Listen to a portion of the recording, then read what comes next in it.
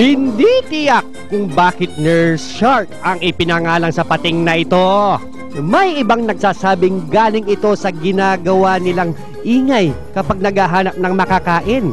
Tila isang sanggol na pinaglalaroan ang kanyang hinlalaki o galing sa Old English word na horse na ang ibig sabihin ay seafloor shark.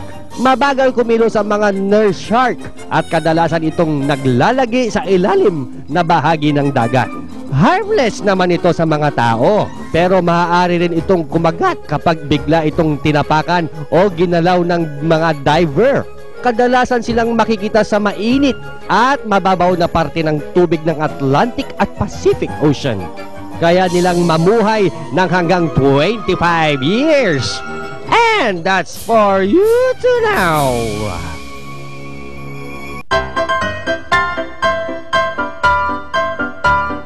Woof! Wow, pagkain! Naku, ang masarap ito ah! Hoy, tumabi ka nga dyan, aso! Bakit ba? Masarap yung nilalagay mo dyan sa lata. Basta tumabi ka dyan, masarap ito! Hindi naman pagkain ng aso yan eh! Ano yan? Tain ng kambing yan! Naku! Kaya pala may lasa pero masarap eh!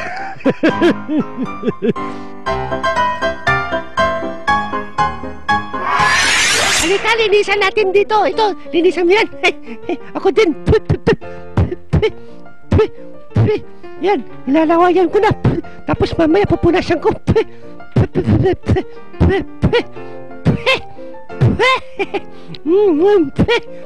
Pwede na natin punasan, no? Alam mo pare, ito na lang ginagawa ko sa buhay. Ito, naglalakad. Ganon ba? Oo, tapos babalik ako para maggupit ulit ng mga damo. Kaya nga ako nakakalbo pare. Ay, dito na lang ako sa likod mo. Baka makalbo rin ako.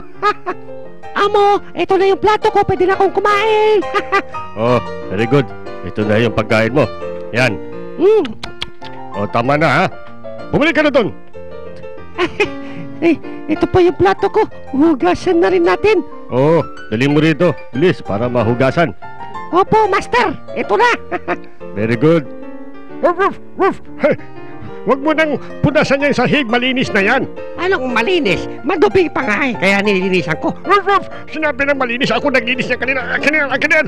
Ay, ano ka ba? Masisira. Wala akong pag-alam. Akin na yan. Sinabi na kasi malinis ang sahig. Yung pala, pakiabot. Opo, master. Ito na po.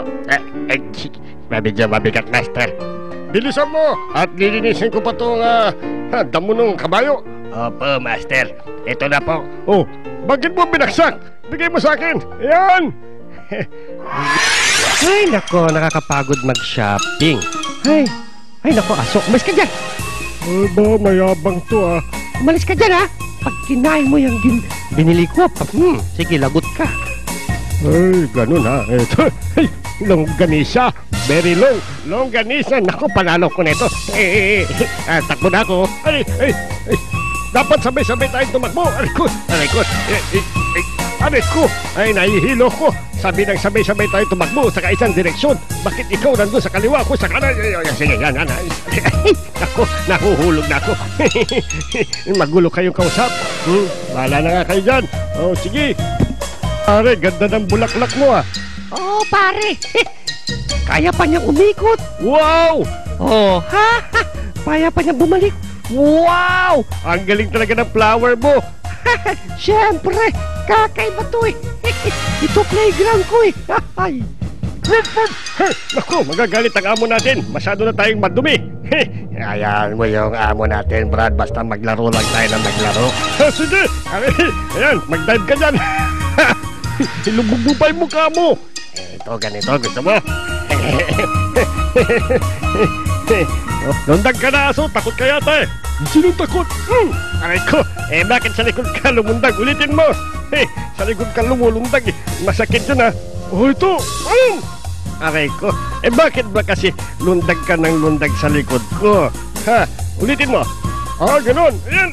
Aray ko, likod ko na naman eh. Ayaw ko mabasa eh. Meow, ano ba yung ginagawa mo? Ganito yung nakita ko sa amo natin eh. Si Mr. and Mrs. Ganito ginagawa nila eh. Ay, naku, mabaho. Ayoko. Wag mo kong tinitiraan. Masarap kaya siguro eh. At isa pang nakakaaliw na top video of the day. Ano kaya yun? Gumagalaw eh. Hoy! Hoy! Kung sino ka man! Hoy! Bakit? Bakit mo ko hinahanap? Ha? Bakit mo ko hinahanap? Anong kailangan mo? Wala lang. Kala ko kung ano yung gumagalaw eh. Ganun ba?